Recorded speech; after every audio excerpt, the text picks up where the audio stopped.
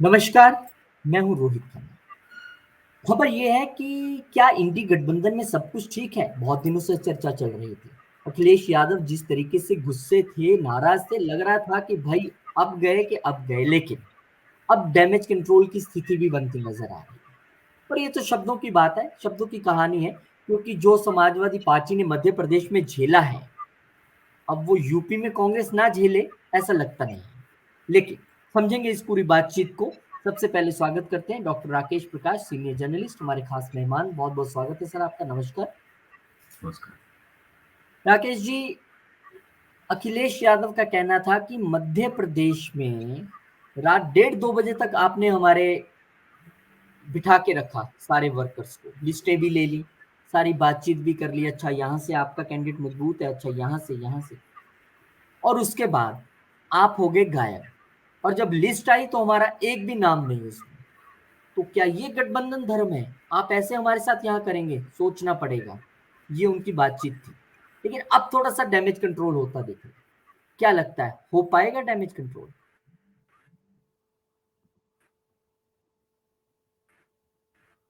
Petrol की बात कह रहे हैं। हर दल और हर दल के नेता एक दूसरे को धमका रहे हैं। मैं ये कह रहा हूं कि हर दल के नेता एक दूसरे को धमकी भरे लहजे में बात कर रहे हैं। जिस तरीके से अखिलेश यादव ने एमपी चुनाव में झेला और उसके बाद उन्होंने कहा कि अगर यही रुख रहा तो यूपी में कांग्रेस के साथ होगा खेला। तो ये सारा जो है ना, वो एक अजब गजब कहानी की तरफ जो है वो इशारा कर रही है। आप देखिए कि जिस तरीके से अखिलेश यादव कह रहे हैं कि कमलनाथ जी ने उनके साथ वादा किया कि हम 6 सीटें देंगे, और वो उनके वादे पे जो है ना वो भरोसा करके बैठ गए। और जब सीटों की सूची जारी हुई तो न सिर्फ वादा टूटा, बल्कि उस वादे के साथ-साथ कांग्रेस और समाजवादी पार्टी के बीच जो है वो एक जो भरोसे का रिश्ता था, वो रिश्ता भी चकनाचूर हो गया। तो ये जो दोनों दलों के बीच की जो स्थिति है, बड़ी हास्यास्पद है और बड़ी विचित्र स्थिति में पहुंच गई है। क्योंकि एक तरफ अखिलेश यादव कांग्रेस के नेताओं का नाम लिए बिना उन्हें चिरकुट कह देते हैं। दूसरी तरफ कमलनाथ कहते हैं कि हमारा गठबंधन तो इंडी गठबंधन तो सिर्फ और सिर्फ लोकसभा के लिए है। तीसरी बात यह है कि अखिलेश जी कहते हैं कि हमें 6 सीटें देने की बात हुई थी और हमें एक भी सीट नहीं दी, तो अखिलेश जी 9 सीटों पे अपने उम्मीदवार का ऐलान कर देते हैं। और जब वापस से जब दोनों दलों के बीच जो है वो तालमेल की कोशिश शुरू होती है, तो अखिलेश यादव फिर से जो है सो 22 और सीटों पे मध्य प्रदेश विधानसभा चुनाव के लिए अपने उम्मीदवारों का ऐलान कर देते हैं। तो एक तरफ जो है वो कहते हैं कि अ, रिश्ते में गर्माहट लाने की बात हो रही है, एक तरफ जो है वो डैमेज कंट्रोल की बात हो रही है, और दूसरी तरफ जो है वो दोनों दल एक दूसरे के खिलाफ जो है वो उम्मीदवारों की सूची लंबी करते जा रहे हैं। तो यानी कि जुबान पे कुछ और, जमीन पे कुछ और। आप समझ रहे हैं? तो ये जो स्थिति है वो बड़ी ही घातक है।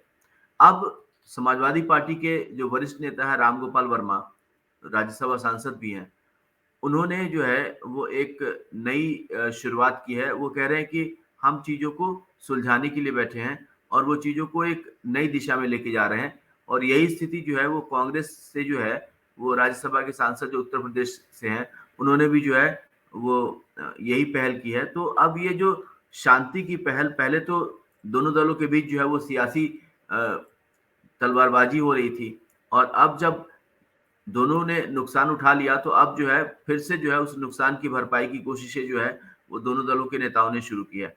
अब आप ये देखिए ना, आपने देखा नहीं अजय राय का बयान, जो यूपी कांग्रेस के अध्यक्ष हैं, उन्होंने क्या कहा? उन्होंने आग में घी डालने का काम किया और कहा कि हम तो उत्तर प्रदेश में 80 सीटों पे चुनाव लड़ने की बात कर रहे हैं।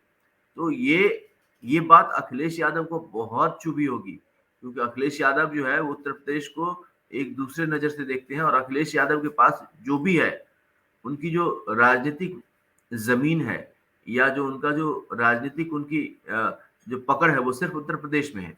और अगर उनको कोई उन्हीं के घर में आके चुनौती दे दे, तो उनके लिए इससे बड़ी बात क्या होगी? तो अखिलेश यादव के ऊपर दो तरफा हमला हुआ है। एक तो मध्य प्रदेश में उनको चुनावी जमीन दिखा दी गई, और दूसरा उत्तर प्रदेश में उन्हीं की जमीन पे उन्हीं के ऊपर पलटवार करने की कोशिश की गई। तो अखिलेश यादव इससे बहुत आहत हैं, बहुत दुखी हैं। शाहजहांपुर में जो है वो समाजवादी पार्टी का ट्रेनिंग चल रहा है, कार्यकर्ताओं के लिए प्रशिक्षण चल रहा है। तो वहां पे जो है वो ये सारे मुद्दे जो है वो एक एक करके चर्चा में लाए जा रहे हैं। और जब इस तरीके से बातें निकल के सामने आ रही है, तो अल्टीमेटली आप ये ध्यान करिएगा, अल्टीमेटली मध्य प्रदेश में तो कांग्रेस को नुकसान होगा ही। क्यों होगा? उसकी बड़ी वजह है। क्यों? क्योंकि बीजेपी इस बात को जनता के सामने लेके जाएगी, और इस रूप में लेके जाएगी कि जिस दल ने अपने सहयोगियों का साथ नहीं दिया, जो दल अपने सहयोगियों के पीठ में छुरा घोंप रहा है, क्या वो जनता के साथ जो है वो ईमानदारी दिखाएगा?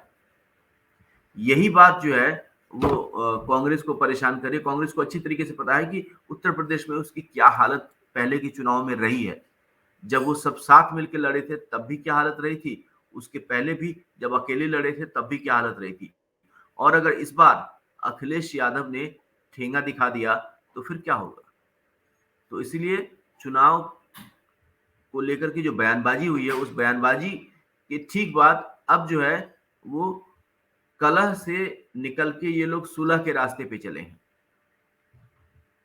जी, आपने सही कहा, लेकिन इस बीच बड़ा सवाल ये भी है कि जिस तरीके से अखिलेश यादव ने इस पे रिएक्ट किया, जिस तरीके से उन्होंने कहा कि जो हम एमपी में हैं वही आप यूपी में भी हैं, और अजय राय कहते हैं 80 सीटों पे लड़ेंगे, एक सीट के तो आप वहां पे चुनाव जीते हैं सिर्फ रायबरेली में, 80 तो उम्मीदवार भी आप कहां से लाएंगे? तो कहीं ना कहीं ये एक मुझे लगता है कि अब अजय राय थोड़ा बैकफुट पे भी दिख रहे हैं कि नहीं, ये ऐसा है आपने वैसा सुना है। नहीं आपने सुना नहीं अजय राय को जमीनी हकीकत अच्छी तरीके से पता है। अजय राय जिस वाराणसी से आते हैं, जो उनका कहते हैं कि जहां से वो चुनाव लड़ते हैं, वहां की जमीनी हकीकत क्या है, ये मतलब अजय राय को अच्छी तरीके से पता है कि जनता जो है वो क्या चाहती है, और जनता के बीच कांग्रेस की स्थिति क्या है। और सिर्फ वाराणसी या बनारस ही नहीं, बनारस के बाहर भी कांग्रेस की क्या स्थिति है, कितनी सीट कांग्रेस निकाल पाएगी, या किन सीटों पे कांग्रेस की स्थिति थोड़ी सी ठीक है, या वो अब किसी से छुपा नहीं है। हम लोग तो कहते हैं ना कि आए दिन इसको लेकर के चर्चा करते हैं। तो कांग्रेस की स्थिति उत्तर प्रदेश में क्या है, कैसी है, ये अजय राय और कांग्रेस के नेताओं से बेहतर कोई नहीं जानता। आप ये सोच लीजिए कि कांग्रेस के जितने भी स्थापित नेता थे उत्तर प्रदेश में, जितने भी स्थापित नेता थे उत्तर प्रदेश में या है उत्तर प्रदेश में, उन सबको दरकिनार करके अजय राय को, जो कि वाराणसी से है, बनारस उनका जो है सो अपना चुनावी क्षेत्र है, तो वहां से उठाकर उनको पार्टी का प्रदेश अध्यक्ष बनाया गया। सारे नेता कहाँ चले गए? कांग्रेस के इतने पुराने पुराने नेता थे, वो सब के सब कहाँ चले गए? तो कोई कांग्रेस में इस हालत में अभी नहीं है। और आपने सही कहा कि जो हालत अखिलेश जी ने कहा कि जो हालत या जैसा व्यवहार इन्होंने मेरे साथ एमपी में किया है, हम वैसा ही यूपी में करेंगे। तो इसमें कोई दो राय नहीं है। और कांग्रेस के साथ कांग्रेस को कितनी सीटें मिलेंगी लोकसभा चुनाव में गठबंधन के तहत, इसको लेकर के अब प्रश्न चिन्ह है, क्वेश्चन मार्क है। हाँ, इतना तो तय हो गया कि कांग्रेस ने सूची जारी करके अखिलेश यादव के साथ वादा खिलाफी करके, उसके बावजूद भी उन्होंने दोबारा से कोई सीट नहीं दी। तो अब कांग्रेस मध्य प्रदेश में 31 सीटों पे चुनाव लड़ रही है विधानसभा चुनाव में। तो ये जो 31 सीट है, इसमें समाजवादी पार्टी कितनी जीतेगी तो ये तो पता नहीं, लेकिन हाँ, इन 31 सीटों पे समाजवादी पार्टी कांग्रेस को ज्यादा से ज्यादा नुकसान पहुंचाएगी, इतना तय हो गया है। लेकिन राकेश जी, जितने इंडी गठबंधन की मीटिंग्स हुई हैं, चर्चा हुई है, उसमें सब बड़े जोर शोर से विक्स की गोली खा के गला साफ करके कह रहे थे त्याग हम करेंगे, अब चिंता न करो, बस मोदी हटाओ, किसी तरीके से हम त्याग करेंगे। अरे आप राष्ट्रीय स्तर पे क्या त्याग करोगे? आप ये एक विधानसभा के चुनाव में अगर आप 5-6 सीटें नहीं दे सकते अपने सहयोगी को, जिसके साथ आपने 80 सीटें बांटनी यूपी में जाके, तो त्याग तो यहीं से दिख रहा है कि कितना त्याग होने वाला है। तो कहीं ना कहीं मिसकैलकुलेशन भी है। आप देश की जनता के सामने कैसे जाना चाहते हैं? इंडी गठबंधन का चेहरा तो अभी से बटा हुआ नजर आ रहा है, एक ही दूसरे के खिलाफ बयानबाजी और वो सीटों को लेकर कशमकश है। देखिए, कहना है? इंडी गठबंधन जो है वो मतलब मैं आपको क्या कहूँ कि इसमें इतने ज़्यादा कहते हैं ना 56 छुरी 72 पेच, हम्म। इसमें इतनी ज़्यादा समस्याएँ हैं, हर नेता, हर दल अपने-अपने तरीके से चीज़ों को लेकर के चल रहा है, कोई रणनीति नहीं है, कोई योजना नहीं है, कोई कहते हैं ना नियमित तौर पे कोई वार्तालाप नहीं है, कोई बातचीत नहीं है, तो इसमें जिसको जो मन में आ रहा है वैसे कर रहा है। आपने अभी देख लिया ये जो कहते हैं ना कि अ, एक चुनाव से पहले की जो झलक है, विधानसभा चुनाव को लेकर के जो बात हो रही है, उसी में इंडी गठबंधन के दल और नेता जो है आपस में बिखर चुके हैं, टूट चुके हम्म। हैं, एक दूसरे पे आरोप लगा रहे हैं, धोखे की बात कर रहे हैं। तो ये सब क्या है? ये जो है, ये कहते हैं कि चुनाव से जो कहते हैं ना कि लोकसभा चुनाव से पहले जो एक आपस में कलह की स्थिति हो सकती है, उसका जो है वो एक रिहर्सल है ये। जिस तरीके से अभी ये हालात हैं, जब हम सिर्फ़ और सिर्फ़ 1-2 राज्यों में विधानसभा चुनाव को लेकर के सीटों का बँटवारा नहीं कर पा रहे हैं, वहाँ पे जो है वो कलह की स्थिति है, लड़ाई की स्थिति है, आरोप-प्रत्यारोप की स्थिति है, तो आगे लोकसभा चुनाव में क्या होगा? ये तो बड़ा सवाल है। दूसरी दूसरी बात ये रही कि जिस तरीके से आप 2-4 सीटें नहीं दे पा रहे हैं एक-दूसरे को, तो आप सहयोगी क्या बनेंगे? आप सब इसलिए इकट्ठा हुए हैं कि आप सबको इस बात का डर है कि आप अगर इकट्ठे नहीं हुए, तो आप चुनाव हार जाएँगे। तो हम्म। लोग एक-दूसरे को बीजेपी का डर दिखा करके एक-दूसरे से आपस में दोस्ती कर रहे हैं कि नहीं, नहीं बीजेपी को हराना है, बीजेपी को हराना है क्योंकि सबको पता है कि बीजेपी अगर अकेले लड़ेंगे बीजेपी से तो सब के सब हारेंगे। तो इसलिए बीजेपी का डर दिखा के, बीजेपी का खौफ दिखाकर आपस में दोस्ती करने की कोशिश हो रही है और ये दोस्ती कहाँ तक कामयाब होगी, इस दोस्ती के क्या नतीजे होंगे या इस दोस्ती को बीजेपी के डर के नाम पे जो दोस्ती हो रही है, उसको जनता किस रूप में लेगी, ये बड़ा सवाल है। पर इकट्ठे लड़ते भी कहाँ दिखाई दे रहे हैं। अब समाजवादी पार्टी यहाँ उलझ गई, पंजाब में हर रोज कोई कांग्रेस नेता गिरफ्तार होता नजर आता है। जम्मू कश्मीर में उमर अब्दुल्ला कहते हैं कि जिसके पास जो सीट है उस पे तो बात ही मत कीजिए। पश्चिम बंगाल में चले जाइए तो ममता दीदी और अधीर रंजन चौधरी दोनों पार्टियां कोई मौका नहीं छोड़ती हैं एक दूसरे को नीचा दिखाने के लिए। और केरला में चले जाइए तो वामपंथी तैयार नहीं लग रहे हैं लड़ने के लिए। तो गठबंधन कौन सी स्टेट में रह गया फिर? कौन सी पार्टी के साथ वो 28 कौन सी पार्टी? मैंने सारे राज्य तो कुल मिला के गिना दिए। और एनवीए जो महाविकास अघाड़ी है वो तो बेचारा पहली बार इकट्ठे चुनाव लड़ेंगे इस तरीके से, जहां कांग्रेस शिवसेना और एनसीपी को सीटें बांटनी आपस में। वहां भी एनसीपी वन और पार्ट 2 हो चुकी है। शिवसेना भी 2 पार्टों में बट चुकी है। अब जाहिर तौर पे कांग्रेस वहां कहेगी कि भैया आप तो पहले ही 50-50% कम जो हो चुके हैं, आपको कहां से सीटें दे दें। तो पूरे देश में ही इंडी गठबंधन का जो चेहरा इन्होंने 1 महीने पहले 28 हाथ पकड़ के मंच पे खड़े होकर दिखाया था, वो तो कहीं मेरे को दुरुस्त नहीं नजर आ रहा है।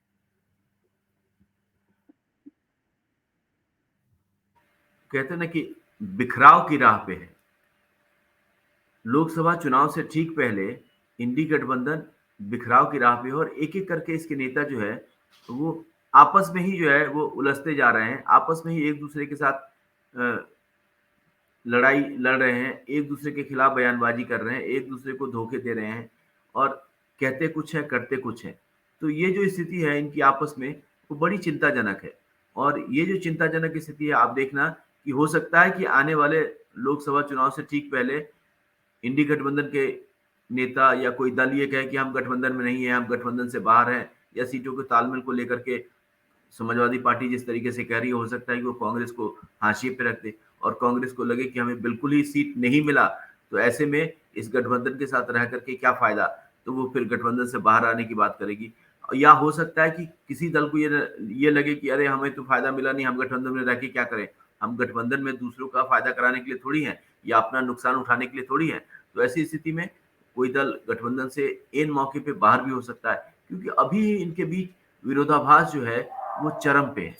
आपने अखिलेश यादव की बात सुनी, कमलनाथ ने तो साफ-साफ इनकार कर दिया। बोला ये जो इंडी गठबंधन है, ये सिर्फ़ और सिर्फ़ लोकसभा के लिए है, तो अखिलेश यादव विधानसभा की सीटों में कैसे दावा कर सकते हैं? तो ये सारी बातें जो है, वो एक कटुता पैदा कर रही है, मनमुटाव पैदा कर रही है, मतभेद पैदा कर रही है और ये सब मिल कर के जो है, वो हो सकता है कि बड़ा रूप ले ले और पार्टी जो है, कोई एक पार्टी इंडी गठबंधन से बाहर चला जाए या इंडी गठबंधन में सीटों के तालमेल को लेकर के। तो ऐसे तमाम जो आसार हैं, वो बनते दिख रहे हैं राकेश जी, मुझे और एक इसमें जो एक बात मुझे समझ नहीं आई, कांग्रेस के मैं एडवाइजर्स को समझना चाहता हूँ, जो सिपे सलार खड़गे साहब को, राहुल गांधी को सलाह देते हैं।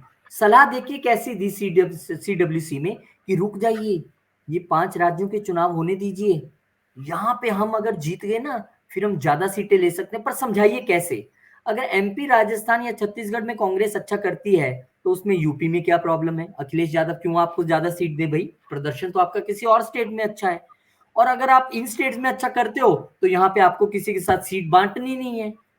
और अगर आप यहाँ अच्छा करते हो तो पंजाब में आपको केजरीवाल क्यों ज्यादा सीट दे देंगे, या दिल्ली में, या ममता दीदी बंगाल में आपको 1 सीट से क्या 10 सीट दे देगी?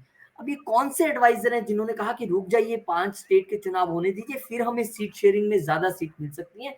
पहले तो मैं ये ढूंढ रहा हूँ कि एडवाइजर कौन से हैं।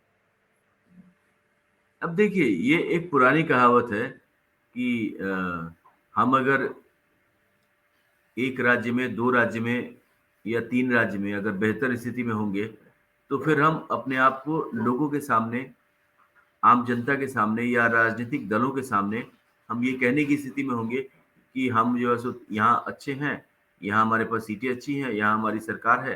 तो दूसरी जगह पे भी जो है वो जनता के बीच हमारी छवि जो है वो ज़्यादा बेहतर रूप में होगी, तो वहाँ हमें इसका फ़ायदा मिल सकता है, इसलिए हमें सीट दो।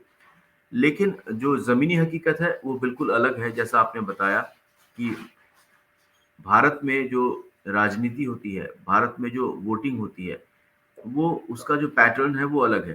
कहने का मतलब ये है कि पश्चिम बंगाल के जनता जो है, पश्चिम बंगाल की जनता और उनके वोट करने का तरीका और वहाँ जो राजनीतिक दल हैं, वो बिल्कुल अलग है। यही स्थिति उत्तर प्रदेश में है, यही स्थिति जो है वो बिहार, झारखंड में है, यही स्थिति जो है वो महाराष्ट्र में है। हम सिर्फ बड़े राज्यों की बात कर रहे हैं। आप दक्षिणी राज्यों में चले जाएँ तो तमिलनाडु में चुनावी समीकरण ही कुछ अलग है। आप अगर केरल में चले जाएँ तो वहाँ कुछ और है। आप आंध्र तेलंगाना में जाएँ तो वहाँ जो है सो क्षेत्रीय दलों का बोलबाला है। तो कांग्रेस जो है वो हर तरीके से, क्योंकि कांग्रेस बहुत पीछे जा चुकी है, कांग्रेस के पास अब कोई विकल्प नहीं है और विकल्पों की तलाश में वो अलग-अलग तौर तरीके अपना रही है। और उसको लगता है, एक तरफ तो कहती है कि कमलनाथ कहते हैं कि ये विधानसभा का चुनाव है, इसमें हम गठबंधन को इंडी गठबंधन मायने नहीं रखता। दूसरी तरफ क्या कहते हैं कि विधानसभा चुनाव में बेहतर प्रदर्शन कर लो और उसके बल पर इंडी गठबंधन से लोकसभा चुनाव में ज्यादा से ज्यादा सीटों की सौदेबाजी करो, साझेदारी करो। तो ये जो हर जगह जो है ना, वो सिर्फ और सिर्फ अपना फायदा देखने की जो रणनीति है, वो कांग्रेस के लिए बहुत ज्यादा फायदेमंद नहीं रहेगी। सही बात है ना। इंडी गठबंधन के पास कोई एक नेता है यानी कन्वीनर, ना नीति है यानी कि कॉमन जो एक प्रोग्राम होता है, ना कोई लोगो अपना बना पाए। मतलब कुछ भी इनको जोड़ता नहीं है। इन सब पार्टियों को जोड़ने की जिम्मेदारी भी मुझे लगता है मोदी जी की है, क्योंकि सिर्फ मोदी जी के नाम पे ही इकट्ठे हो जाते हैं। ये कहते हैं अरे नहीं नहीं नहीं, मोदी जी को हराना है, जल्दी जल्दी आ जाओ सारे, फिर इकट्ठे हो जाते हैं सारे। तो क्या बात है, मैं तो कहूंगा कि ये सिर्फ एक मोदी नाम पे, अगर आप कि मोदी को हटाओ और मुझे वोट दो, अगर आप इस माइंडसेट के साथ जनता के पास जा रहे हैं तो मुझे समझ में नहीं आता ये क्या राजनीति है और कितना ये चलने वाली है। क्योंकि आप झगड़ते हो सीट के पीछे, एक दूसरे से नाराज हो जाते हो, एक दूसरे के नेताओं पे टीका टिप्पणी, एक दूसरे को गिरफ्तार करना, छोड़ना करना, और जब नाराजगी हो गई तो एक दूसरे के कान में कह दो मोदी जी को हराना है और फिर सब फटाफट इकट्ठे हो जाए। तो यहाँ भी मोदी जी की जिम्मेदारी होगी इनको जोड़ के रखने की। ये अभी तक समझ आ रहा है कि जो रायता अब तक फैला है उसको एक अगर बयान में समझे, ये यूपी और एमपी में हुआ है, तो दोनों पार्टियों के नेताओं ने कहा नहीं नहीं हम तो इकट्ठे हैं, कोई चिंता की बात नहीं, मिलकर बीजेपी को हराएंगे। तो ये कैसे मिलके हराएंगे अभी तक तो नहीं समझ आ रहा है। और 5 राज्यों के अब चुनाव सिर पे हैं, देखते हैं उसमें क्या ये होता है। बीजेपी को हराने के नाम पे साथ तो आ गए हैं, लेकिन चल नहीं पा सीटों रहे का हैं। बंटवारा ढंग से नहीं हो रहा है और वैसी स्थिति में ये एक दूसरे के खिलाफ बयानबाजी करके एक दूसरे को हराने की कवायद में जुट गए हैं। तो सही कहा आपने। अब ये इंडी गठबंधन क्या क्या भविष्य है तो भगवान जाने। और वो आपने एक कहावत बोली थी, कौन सी थी वो, 72 56 छुरी, क्या बोला था आपने वो 56 छुरी कहावत? 72 पेज। वही है ये, 28 छुरी और जो 28 का डबल कर लीजिए 56 पेज, अभी तक तो वही नजर आ रहा है।